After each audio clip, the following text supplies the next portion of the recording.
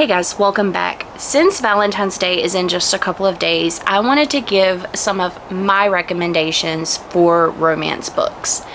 And this is coming from someone that's not huge into Valentine's Day, and I'm not hugely into romance as a genre, but I do love romance in my fantasy. And I also love fantasy that has no romance. So take these recommendations for what they're worth. Some of these are probably ones that you've seen recommended before, but some of them might surprise you. I thought I would start out with a genre that I have really gotten into in the last year, and that is this like cozy, academic, historical fantasy romance genre. And I have a few books to recommend to you from that realm.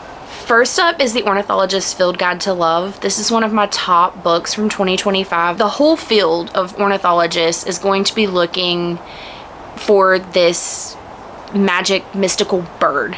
And whoever captures the bird will be Ornithologist of the Year or whatever it is. And so it's almost like, it almost feels like this like reality game show kind of thing, because they're all like trying to hunt down this bird. They're sabotaging each other. Meanwhile, you have your two main characters that are having a little bit of back and forth, a little bit of banter. In the background, you have these people that are conspiring these events to kind of push them together. And overall, it's just really funny.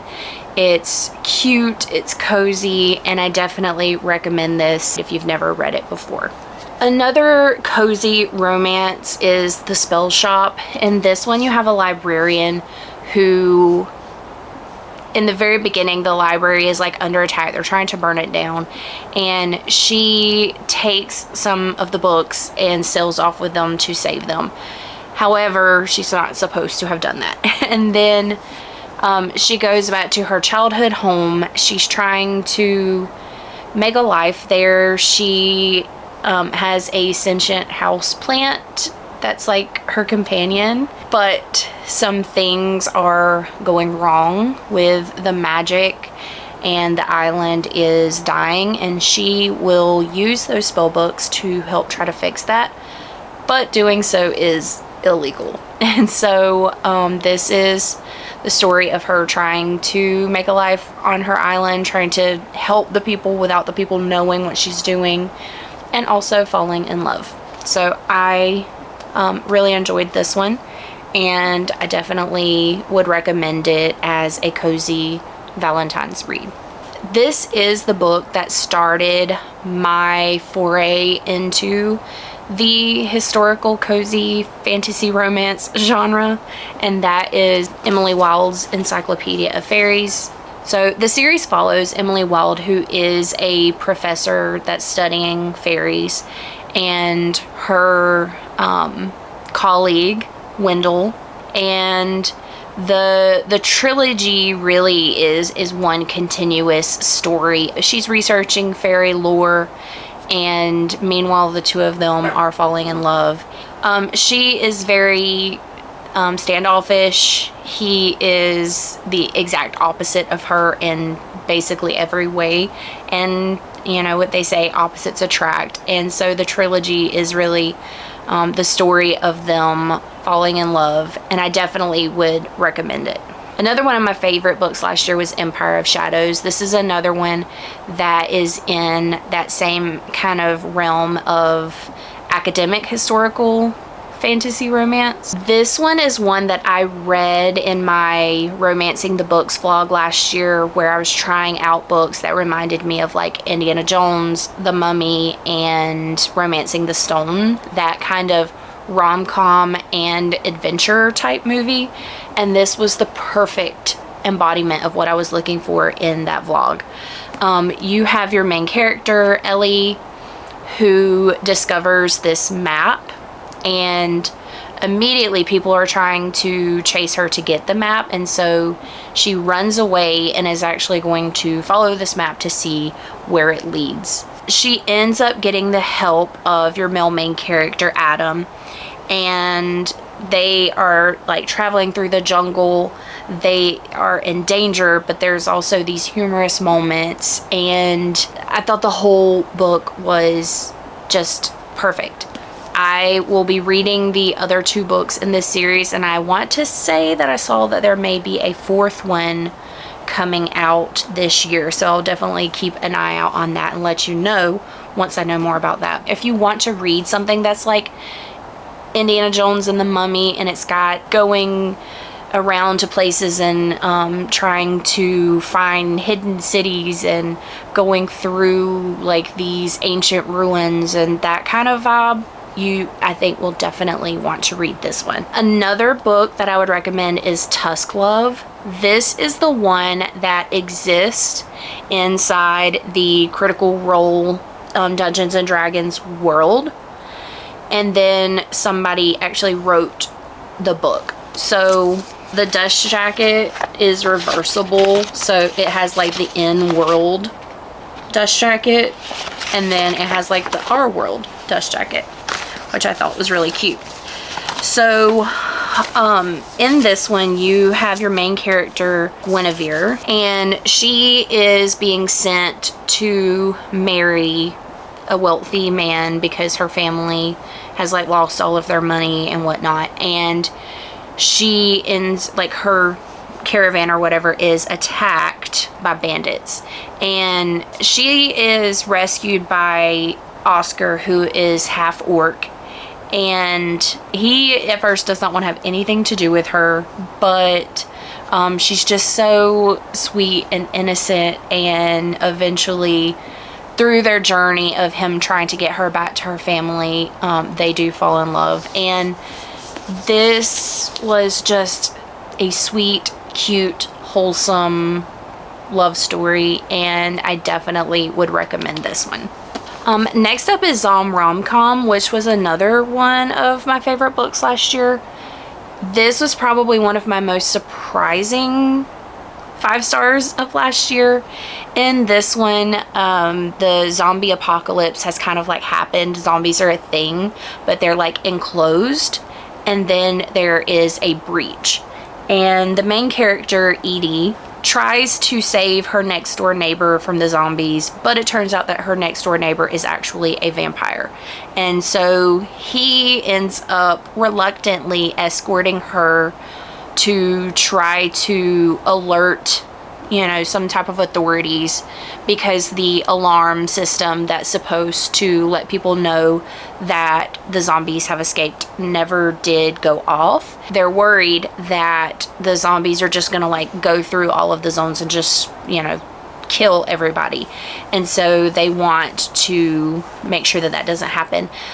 They also end up finding out that there is some nefarious things going on with the zombie outbreak, and I actually cried at the end of this book, so I definitely would say that I got attached to the characters. It was also hilarious. His name is Gaston. He doesn't go by Gaston for obvious reasons, and so she does in fact sing the Gaston song to him multiple times with some very inventive made-up lyrics. So I was laughing, I was crying, it was a good time. So if you like a rom-com type situation, I think you'll definitely like this one. My next couple of recommendations are for people that like fantasy and don't mind romance being sprinkled in a little bit, or maybe you are a fantasy reader who wants to kind of branch out into some romance.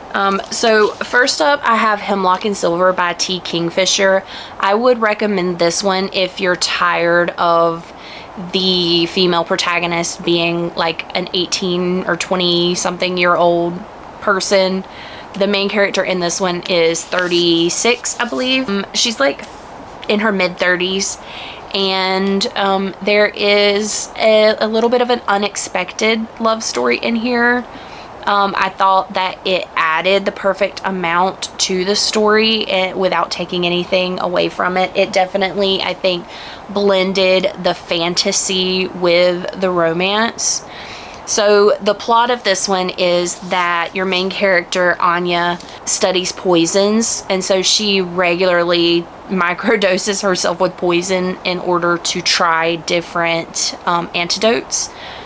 And the king believes that his daughter is being poisoned, and so he requests for her to come with him to try to figure out what is poisoning his daughter. She does find out what is killing his daughter. It is not, in fact, poison. It's something else entirely, and it actually puts her in danger. But along the way, she does find love, and I thought that this was a really good book. So far, this is my favorite T. Kingfisher, but I definitely have a lot more of her books to check out before I say that it is for sure my favorite.